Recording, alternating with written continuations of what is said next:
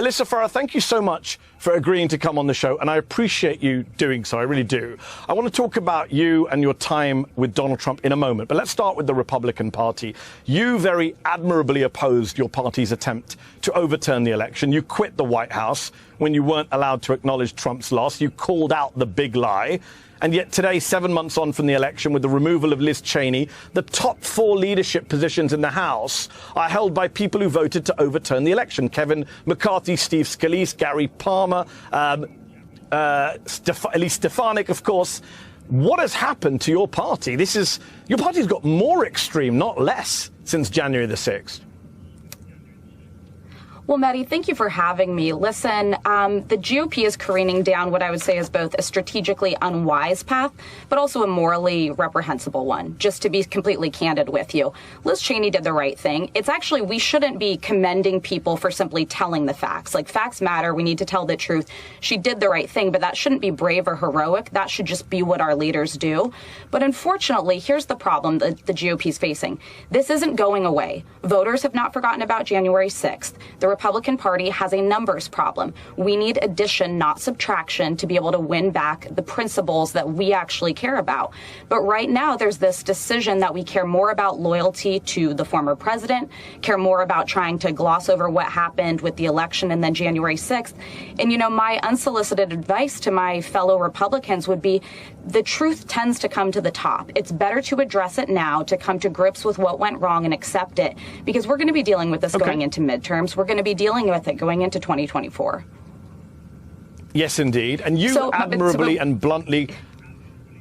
Sorry, I was going to say, you bluntly called the attackers on January the 6th terrorists in an interview with Politico. You've praised Liz Cheney, as you said a moment ago, for speaking the truth about it. And yet you also say Elise Stefanik was, quote, the best candidate to replace Cheney. How can you support replacing Liz Cheney with an election denier, with someone who voted to try and overturn the election, even on the night of January the 6th, after all the terrorism, who went on Steve Bannon's podcast just the other week to support the crazy audit of the election by the Arizona GOP, who still disputes Joe Biden's victory? Alyssa, you seem to want to have your cake and eat it. Well, I would say this. Elise is someone I know very well. She's a highly educated, serious policymaker. She's actually a very moderate Republican member who I think votes her district and legislates her district. I will say this. I don't know every detail of where she came down on different aspects of the election, though I know if you asked her today, she would say Joe Biden is the president. That's a starting point. Listen, we've got to do better than that. We should have acknowledged it, you know, the day the race was called.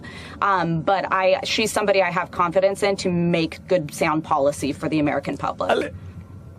Alyssa, policy aside, and you're right, she does have a quote-unquote more moderate voting record than Liz Cheney even, but Elise Stefanik still stands by her ridiculous claim that 1 in 4 votes cast in Fulton County, Georgia, 140,000 votes, were fraudulent or illegitimate. A quarter of all the votes cast in that county. That's bonkers, isn't it? How could anyone who holds that view be allowed anywhere near the leadership of your party? I assume you don't agree that 1 in 4 votes there were fraudulent. Oh, I certainly don't. I'm actually not familiar with the comments of Elise Stefanik, so I wouldn't want to comment on them further. But no, that's absolutely ridiculous. We've litigated this in states around the country, Pennsylvania, Georgia, Arizona. They've been thrown out. There's no there. And the sooner that my party accepts, we just came up short. We didn't win over enough people. We lost women. We lost older voters.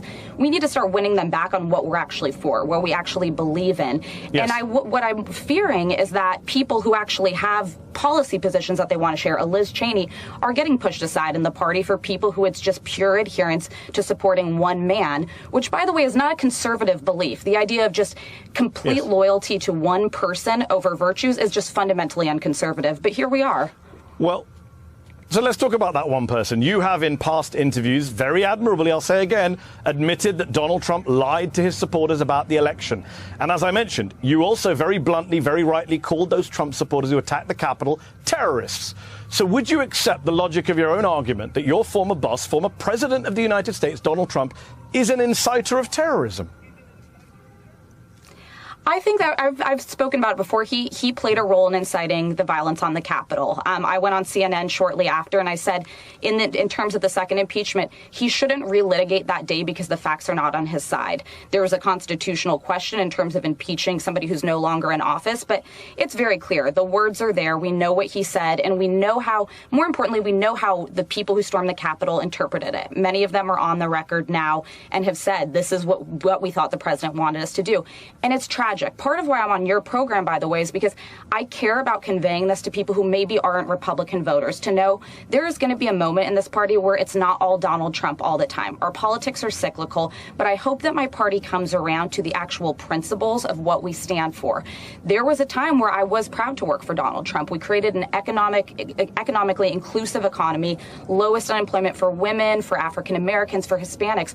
But all of that is overshadowed by this myth that we're continuing to perpetuate. And I would note, Kristen Welker made a good point on your network earlier, which is Trump's about to get out and start doing rallies again. This isn't going away. So to my friends, to the Kevin McCarthy's of the world, this is not something that you're going to be able to just brush aside.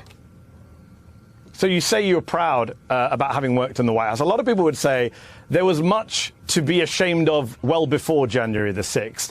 They say that it's great that you resigned in December and spoke out against the big lie.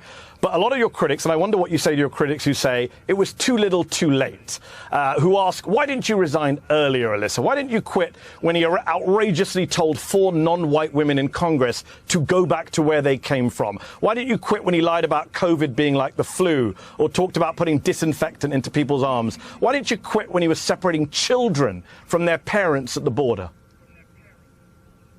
Well, my answer to that simply is governing is a lot different than campaigning. I never signed up to be on Donald Trump's campaign. I actually turned down the opportunity to the first time that he ran. But once somebody is the president and the leader of the free world, where the entire U.S. federal government, the most powerful military on the planet, is under his control, I believe that people who are willing to and who are serious should step up and try to serve. And there were people in the White House who I knew reluctantly stayed when there were very hard things said, that there were hard policies that they saw enacted, because they knew they could marginally do better. I'm not asking for any sort of a pat on the back. I think I've managed to alienate folks both on the right and the left, but I do believe in public service. One thing that you mentioned, I was with Vice President. Understood. Understood, but doesn't public service involve you also saying, I can't work for a racist, misogynist bully who tells black and brown women to go back to where they came from? How do you go into work the next day and work for a person and say, I'm a senior official for a president who says racist things like that? Well, as a brown woman, I'm Lebanese and Syrian. It is challenging. I remember counseling him, and while I do keep my conversations I've had directly with the president private, counseling him publicly, that the easiest thing that you can do, you can wake up every morning and condemn white supremacy. That shouldn't be hard. Pulling teeth and making it something difficult was just an unnecessary thing that I repeatedly told him, let's make this just unequivocal, condemn it, and let's move on. But you know what? I would rather have people in the room who are willing to speak up and say those things. But I should also note this. I believed in about 90% of his agenda. I'm still a Republican. I still didn't vote for Joe Biden. Do I think it's probably better following January 6th that he's in office? Absolutely. But I believe in Republican principles. I believe that we're better on the economy. We're better on national defense. And I'm going to keep fighting for who my party is. I understand you believe in Republican principles. I respect that. Republican principles, low taxation, small government, family values. That wasn't Trump. Trump was taking kids from the border. Trump was authoritarianism. Trump was telling black and brown people to go back to where they came from. Trump was lying about hush money payments to Stormy Daniels. You were there through all of that. I'm just wondering how you justify that. Is it just through the tax cuts? What is the reasoning? I'm genuinely interested. No, not by someone like you says, I'm going to carry on. Let me give you kind of... Oh, yes, just two quick answers there, which I was going to allude to. So I was with Vice President Pence during the family separation crisis, which was awful. It was terrible. It was inhumane. I think we did reverse it within our administration, but it was because people were willing to be in the room and advocate for it. I remember Secretary Azar, who had a role in overseeing it with HHS, push back and help reverse that policy. Vice President Pence quietly behind the scenes pushed back. If every person who disagreed with things that the president did up and left and, got their minute of putting out a righteous statement statement, but then we're on the outside and not in a position to influence policy, we would have had worse outcomes. So that's my position there. What I would say is, no, there's more than that I believed in, that we accomplished and worked on. And the federal government, the presidency is bigger than any one man.